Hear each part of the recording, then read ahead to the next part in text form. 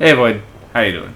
Well, after how much I just kind of raved about enjoying the first Ace Ventura Pet Detective, should have expected that I'd have the sequel ready on hand to go.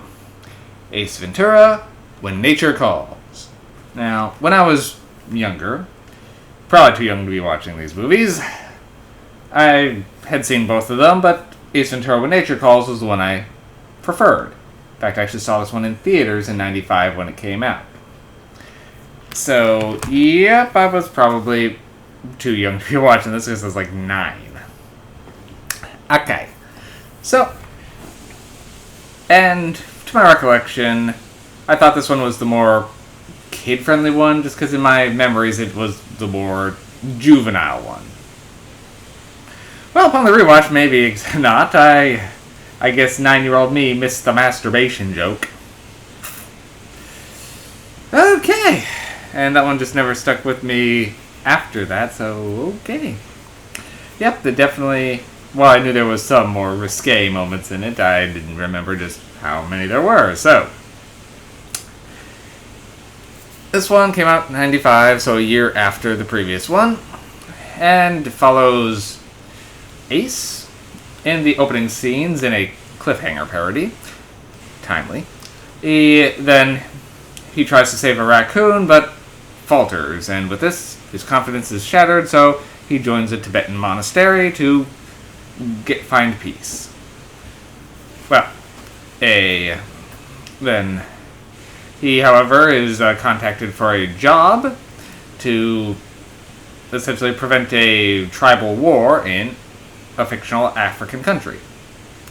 At first, he doesn't really seem to want to take the job, but, well, his monastery bros are quick to throw him out the door because they don't really want him there either, because Ace, well, despite trying to find enlightenment, is still just as obnoxious to be around as he always was. So, Fulton Greenwall, the person trying to get him out, manages to extract Ace from the monastery and bring him down to Africa to try to find the lost sacred animal before tribal war starts. Well, okay, so, there's a lot going on here. One of the problems that Ace has is the sacred animal is a bat, and he is utterly terrified of bats. It's the one animal he cannot stomach, so he has to find that despite his own misgivings.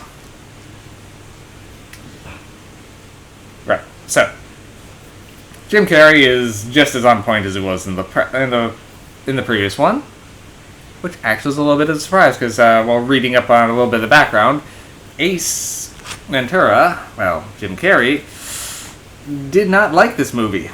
He did it as a contractual obligation, and while he was not opposed to reviving the character, he considered 2 aspects of this movie he didn't care for. One, he thought giving Ace a random fear of bats was disingenuous to the character, and worse, he found this movie very offensive to its portrayals of African tribes.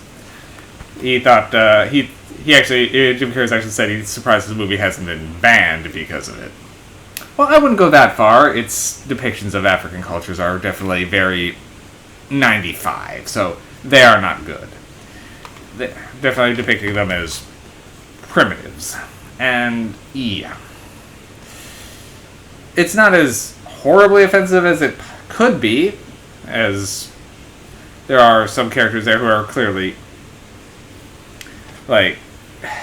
who are intelligent, well-spoken, and do aid quite a bit in it, but there are others who are either bumbling, like the son of the chief, or, well, the Wachutu tribe, the vicious ones are...